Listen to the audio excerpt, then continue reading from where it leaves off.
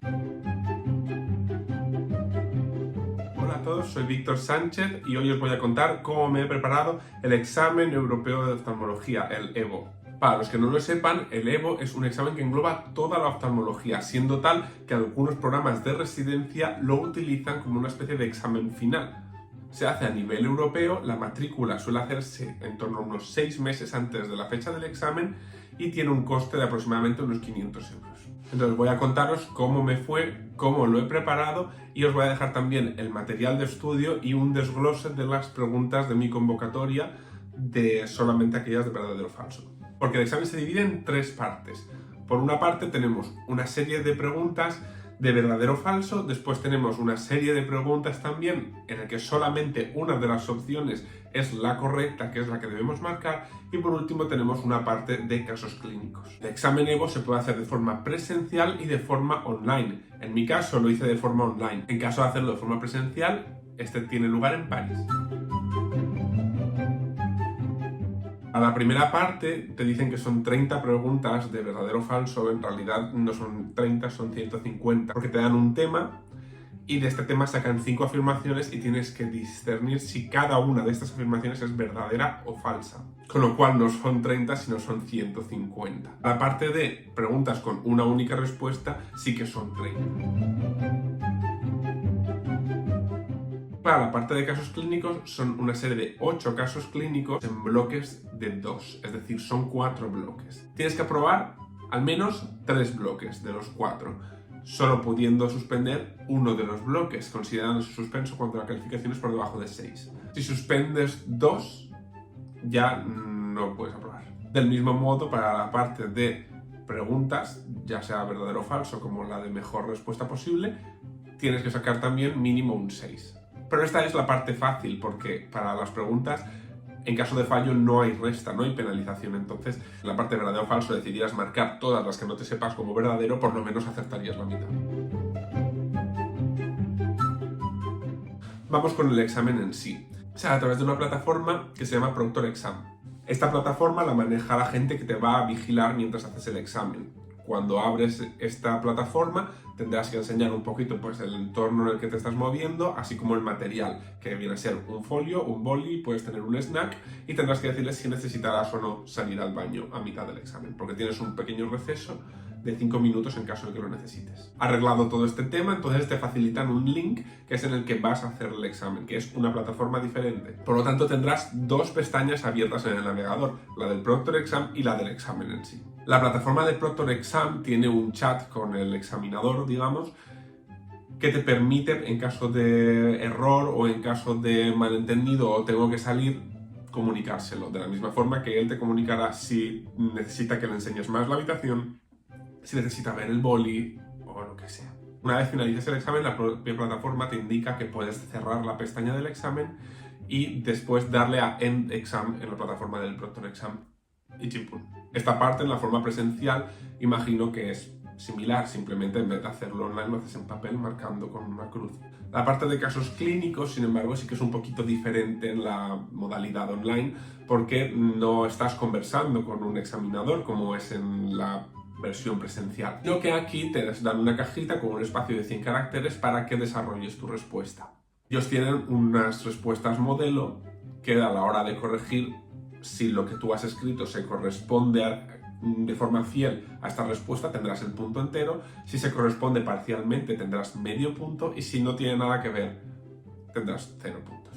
Cada caso clínico se valora sobre 5 y como son 2 casos clínicos por bloque, se valora sobre 10 cada bloque, siendo que en cada bloque tienes que sacar por lo menos un 6, pudiendo solamente fallar en uno de estos bloques como hemos dicho antes. La parte mala del tema de los casos clínicos es que no puedes volver atrás. Si tú has avanzado hasta la pregunta 3 pensando que tenías un diagnóstico y en la pregunta 3 te das cuenta de que ese diagnóstico es erróneo, que realmente es otro, no puedes retroceder para corregir las otras preguntas. Entonces tienes que pensar muy bien antes de responder. Si lo que te preocupa es el tiempo para responder, no te preocupes, tienes muchísimo tiempo. De hecho, en la parte de preguntas me dio tiempo a apuntar todas las preguntas con las respuestas que yo tenía en un papel para después poderlas corregir. Y en la parte de casos clínicos también tienes tiempo de sobra. pero siempre ten en cuenta que no vas a poder volver atrás, entonces piénsate muy bien antes de darle clic a siguiente. Desconozco cómo funciona la modalidad presencial, pero en la convocatoria online el examen estaba dividido en 2 bloques. Por una parte teníamos los bloques de preguntas test, digamos verdadero o falso, y las preguntas test clásicas, y por otra parte teníamos 1 hora y 1 hora y media aproximadamente de descanso antes de empezar con los casos clínicos. La duración del examen que nos daban era más o menos 2 horas para las preguntas test y 1 hora y 20, 80 minutos para los casos clínicos. En el caso de mi examen, las preguntas test tuvieron que ser repetidas un par de semanas después porque la plataforma dio un error. Y es que en los desplegables, donde debería aparecer las opciones de verdadero, falso o no sabe, no contesta, había algunas preguntas que solo daba la opción de verdadero, otras que solo daba la opción de falso y otras en las que las opciones aparecían en blanco. Durante el examen se nos permitió revisar el correo electrónico donde efectivamente informaban de este problema y nos advertían que deberíamos responder como que la primera opción es verdadera y la segunda opción es falsa. A pesar de esto, 2 semanas después se nos volvió a convocar para presentarnos a esta parte específica que había dado error, aunque realmente se nos ofrecían 3 posibilidades. 1, te devolvían el dinero. 2, te volvías a presentar en marzo del año que viene con todo.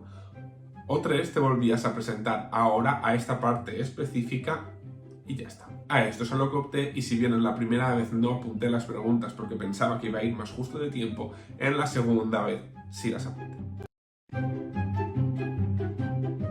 Y si quieres consultarlas, las dejo aquí en un link para que puedas descargar todas las preguntas de la segunda convocatoria desglosadas. En la parte de preguntas de test, ahí no pude apuntar mucho, pero sí me apunté los casos clínicos en que consistían.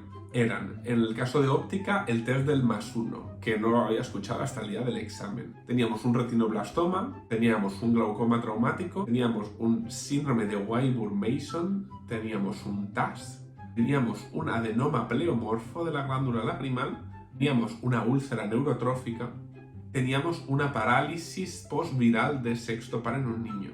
Por lo general no eran preguntas raras, porque por ejemplo el síndrome de Wyburn-Mason no te preguntaban expresamente por el síndrome, sino que te daban una foto del fondo, te preguntaban qué tipo de lesión es, te preguntaban si pedirías alguna prueba de imagen en estos pacientes o qué prueba pedirías, cosas así. Si hay algún punto de examen donde van a hacer criba es precisamente en los casos clínicos. El tema del test lo aprueba prácticamente todo el mundo. Pero como hemos dicho, 150 preguntas de verdadero o falso no restan y cada una es al 50%, aunque no tuvieras ni idea y respondieras todas las preguntas como verdaderas, deberías tener por lo menos la mitad bien. Pero eso significa que es un poquito más difícil jugar a acertar, aunque por lo general son cosas un poquito menos específicas que las que preguntan en los test. Comencé preparándolo leyendo una serie de manuales proporcionados por Laboratorios Esteve, que lucen tal que así, en los cuales se desglosan preguntas de oposiciones previas. Esto estaba muy bien, pero en cierto modo me resultaba frustrante porque no tenía un libro de texto en el que basarme y muchas de las preguntas, si bien sí sabía a lo que se referían, iban a un nivel de detalle que quizás no tenía por qué saber.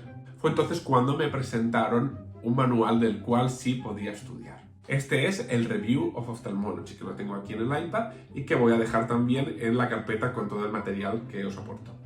Este libro está muy bien porque tenemos todos los temas explicados al detalle y detrás de cada uno tenemos una serie de preguntas test que nos van a permitir jugar un poquito con lo que hemos aprendido. Y de hecho es haciendo preguntas test como más vas a aprender, porque te van a poner el dedo, te van a señalar todo aquello que tú por tu cuenta nunca se te hubiera ocurrido aprenderte. Y para hacer preguntas test tenemos no solamente las preguntas de este libro, sino que también tenemos otro libro de preguntas que también os voy a dejar en el material. Por mi parte comencé a estudiar aproximadamente 2 meses y medio antes del examen, pero sí es cierto que me hubiera gustado empezar un poquito antes. Poderse se puede, va a depender siempre de cuánto trabajo previo lleves hecho de la residencia. Cuanto más hayas estudiado, obviamente más fácil te va a resultar y menos tiempo vas a tener que dar de margen. Así que eso es todo, espero que os haya sido útil, recordad que tenéis todo el material en el link y espero que tengáis mucha suerte y podáis aprobar.